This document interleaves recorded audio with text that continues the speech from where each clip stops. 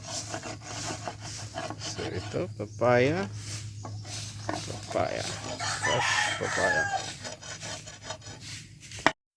Hello mga kabalis! Welcome back sa ating mukbang challenge. At ngayong umaga, gabi pa rin mga kabalis. Ayan, samahan niyo ako.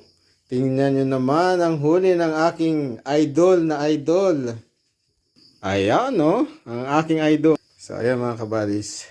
Tingnan niyo naman at ang lalaki ng ating mga nokos squid. Ano pa ba ang another name nito? Pamilya siya ng pusit, pero actually hindi ito pusit mga kabalis. Ayan, mga kamokbangers na napakalalaki nito. So ayan, napakarami nito. Sa tingin nyo, ano kaya ang masarap na luto dito? Mag-comment ngayon sa ating comment section kung ano yung pwede natin ditong iluto. Ayan. So sa susunod nating videos mga kabadis, titingnan natin kung ano yung ngabang niluto natin dito. Anong klaseng luto ba ang ginawa natin? Sorry for so sa ngayon, paalam muna.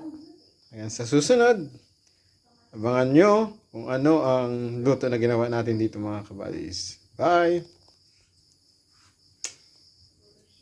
Ito na nga mga kabadis. Subukan na natin ang ating ginataang squid with papaya.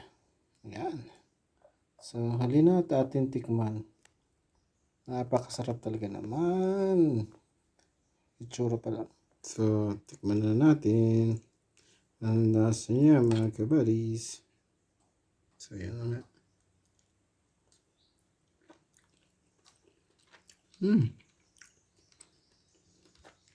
Sarap.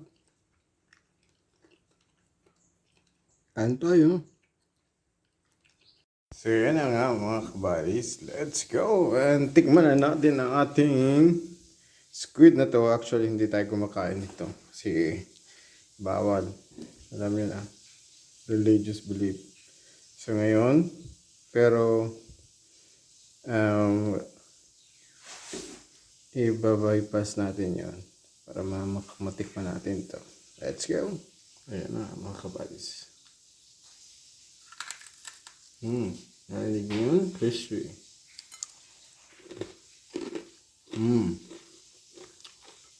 Yummy.